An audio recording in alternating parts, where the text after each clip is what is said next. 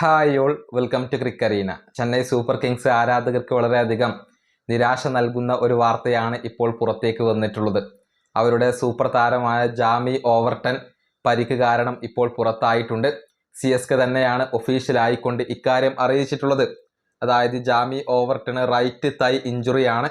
അതുകൊണ്ട് തന്നെ കൂടുതൽ ചികിത്സയ്ക്ക് വേണ്ടി അദ്ദേഹം ഇപ്പോൾ ഇംഗ്ലണ്ടിലേക്ക് തിരികെ പോവുകയാണ് എന്നുള്ള കാര്യം CSK മാനേജ്മെന്റ് അറിയിച്ചിട്ടുണ്ട്.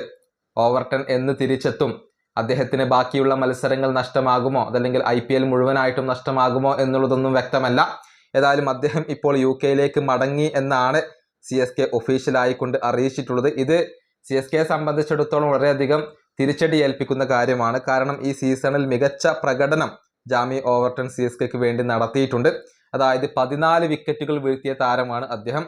മാത്രമല്ല 136 റൺസ് അദ്ദേഹം സ്കോർ ചെയ്യുകയും ചെയ്തിട്ടുണ്ട്. അങ്ങനെ എല്ലാ നിലക്കും ടീമിനെ സഹായിച്ച ഒരു താരത്തെയാണ് CSKയ്ക്ക് ഇപ്പോൾ നഷ്ടമായിട്ടുള്ളത്. ഈ സീസണിൽ ഉടനീളം CSKയ്ക്ക് പരിക്ക് വലിയ വില്ലനായിട്ടുണ്ട്.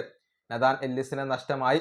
മാത്രമല്ല ഖലീൽ അഹമ്മദിനെയും ആയുഷ് മാത്രയെയും അവർക്ക് നഷ്ടമായി. അതുപോലെ തന്നെ ഏറ്റവും ഒടുവിൽ രാമകൃഷ്ണ ഘോഷിനെ അവർക്ക് നഷ്ടമായിരുന്നു. ഇതിന് പിന്നാലെയാണ് ജാമി ഓവർട്ടണെയും പരിക്ക് പിടികൂടിയിട്ടുള്ളത്. ഏതായാലും അദ്ദേഹത്തിൻ്റെത് നികത്താനാവാത്ത ഒരു അഭാവം തന്നെയായിരിക്കും. ഈ വീഡിയോ അവസാനിപ്പിക്കുന്നു. അടുത്തൊരു വീഡിയോ കാണാം.